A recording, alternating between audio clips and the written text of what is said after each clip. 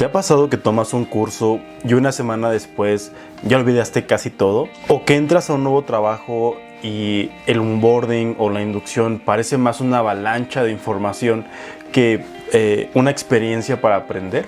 ¿O que estudias muchísimo pero sientes que casi nada se convierte en algo útil? Y entonces piensas, tal vez me falta disciplina, tal vez no soy constante, tal vez sí, no sé aprender. Y pudiera ser, pero si el problema no fueras tú,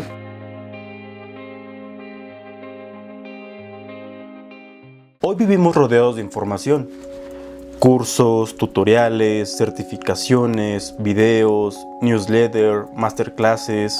Nunca había sido tan fácil aprender y aún así mucha gente siente que no avanza. Hay empresas donde tu primer día consiste en recibir demasiada información, demasiadas herramientas, demasiados procesos, demasiadas explicaciones, pero sin una estructura clara que te ayude a entender qué necesitas aprender primero para poder desempeñar realmente tu trabajo. Entonces terminas memorizando cosas sin saber cómo conectarlas con lo que haces día a día. Y después la empresa concluye que la gente no pone atención. Y pudiera ser, pero también pudiera ser una realidad que el problema es cómo se diseña o cómo se estructura el onboarding o la inducción en este nuevo trabajo. Otro ejemplo, hay cursos donde una persona habla por horas y horas frente a una presentación, explicando conceptos, mostrando teoría, repitiendo información, pero nunca practicas, nunca aplicas, nunca tomas decisiones reales, nunca experimentas. Entonces el curso se siente productivo porque consumiste mucha información. Pero aprender una habilidad no solo es escuchar información, sino poder desarrollar una capacidad. Y eso también aplica cuando estudiamos por nuestra cuenta. Vemos videos, leemos libros, tomamos notas, guardamos PDFs, consumimos mucho contenido y confundimos eso con desarrollar una habilidad. Pero hay una diferencia enorme entre tener conocimiento y realmente poder usarlo en el mundo real.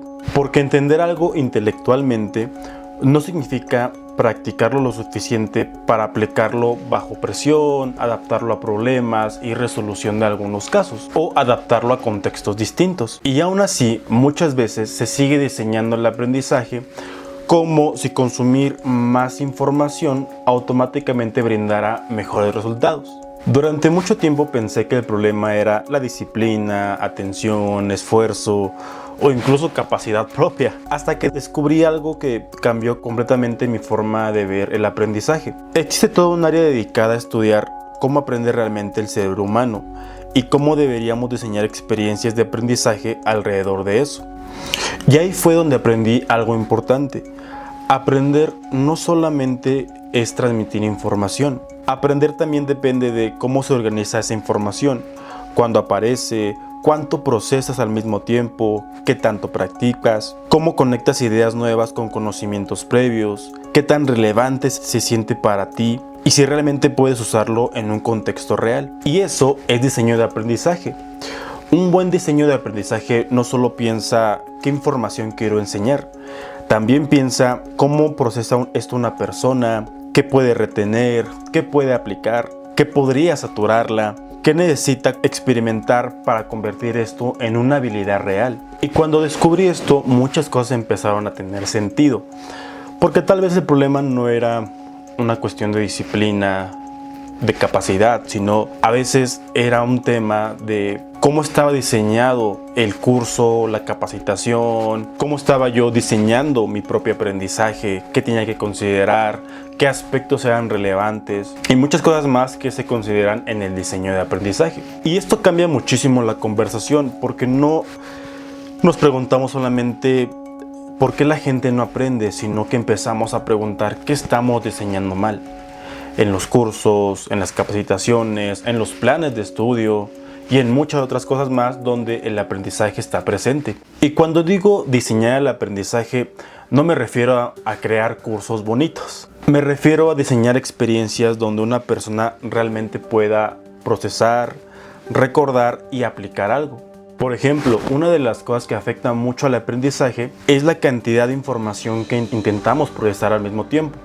Esto se conoce en un término que se llama carga cognitiva, y hay toda un área o una línea de investigación que estudia cómo demasiada información puede saturar nuestra capacidad mental, ya que el cerebro tiene límites. Por eso hay capacitaciones donde después de 2 horas ya no estás aprendiendo, solo estás sobreviviendo. Más contenido no genera más aprendizaje, muchas veces genera más saturación y por ende mayores conflictos al momento de aprender. El orden también importa muchísimo, porque aprender algo complejo sin bases claras se siente como intentar armar un rompecabezas sin imagen de referencia. Por eso hay cursos que empiezan explicando conceptos avanzados antes de darte contexto básico. Y entonces la persona siente, esto no es para mí, cuando realmente es un tema de estructura o de diseño. Otra idea importante es que aprender no es solamente escuchar o consumir contenido. Hay investigaciones completas sobre aprendizaje activo, práctica, recuperación de información, retroalimentación o feedback, porque el cerebro aprende distinto cuando participa activamente. Es la diferencia entre ver un video sobre nadar y realmente entrar al agua. Consumir información puede sentirse productivo sin necesariamente generar aprendizaje real. También importa muchísimo el contexto, porque aprender algo en teoría no significa a veces poderlo usar en una situación real o aplicarlo a los problemas que presentas en el trabajo, en la escuela, en tu día a día. De hecho, uno de los mayores problemas en capacitación y aprendizaje organizacional es la transferencia. O sea, qué tanto de lo que aprendes realmente se convierte en comportamiento real. Por eso hay empresas donde todos completan cursos, pero casi nada cambia después. Completar una capacitación no siempre significa que vayas a tener un buen desempeño o que vayas a poder generar un cambio. Todo depende de la estructura de esta capacitación o del diseño. Incluso la forma visual en la que presentamos la información también importa. Hay investigaciones sobre el aprendizaje en la cuestión de multimedia que muestran algo interesante. Más diseño no siempre significa mejor aprendizaje, porque cuando todo compite por tu atención se vuelve más difícil aprender, porque el cerebro empieza a tener mayor carga cognitiva. Y creo que esto cambia la forma de ver muchas cosas. Como decía anteriormente, tal vez no es un tema de esfuerzo o de disciplina, tal vez sí, tal vez sí realmente, pero hay veces también donde puede que estés tratando de aprender en un sistema mal diseñado, que no considere los aspectos necesarios o suficientes para que tu cerebro pueda retener esa información y realmente puedas aplicar todo lo aprendido. Porque aprender no solo es consumir información, aprender implica procesar, conectar, practicar, equivocarte, aplicar, recibir retroalimentación o feedback y volver a intentar. Pensamos que aprender dependía casi exclusivamente de motivación o disciplina, pero cada vez hay más evidencia de que el entorno y el diseño también importan muchísimo. El aprendizaje no solo depende de la persona, sino también depende del sistema que lo diseñó. Y por eso creo que deberíamos empezar a hablar más sobre cómo se diseña el aprendizaje y menos sobre simplemente consumir más información, porque entonces aparecen preguntas mucho más interesantes. ¿Por qué olvidamos cursos? ¿Qué hace que una capacitación o un onboarding funcione? ¿Por qué tantas capacitaciones generan tan poco cambio? ¿Cómo aprende realmente una persona? ¿Cómo funciona realmente nuestro cerebro al momento de aprender? ¿Qué hay en cuestión de ciencia, de investigaciones con todas estas cuestiones? ¿Qué hallazgos hay? ¿Cuál es el futuro en cuanto al diseño de aprendizaje? Y eso es exactamente lo que quiero explorar aquí. Apenas estamos comenzando.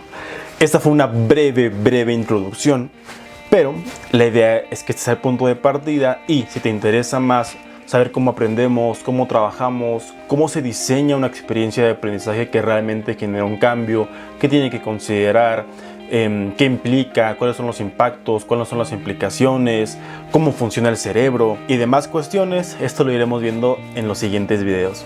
Yo sigo aprendiendo, sigo desarrollándome, sigo investigando. Es todo un mundo la cuestión del diseño de aprendizaje. Entonces, siéntete con toda la libertad de comentar algo que me haya faltado en el video, tanto en este como en los próximos, complementar información, retroalimentación también. Al final de cuentas, como lo dije hace ratito, es muy importante la retroalimentación para poder generar un mayor aprendizaje y que todos podamos tener todo el contexto completo y que no se pierda en medida de lo posible nada de información. Un gusto estar con ustedes, yo soy Dante Aguilar y esto fue Aprendizaje Andante.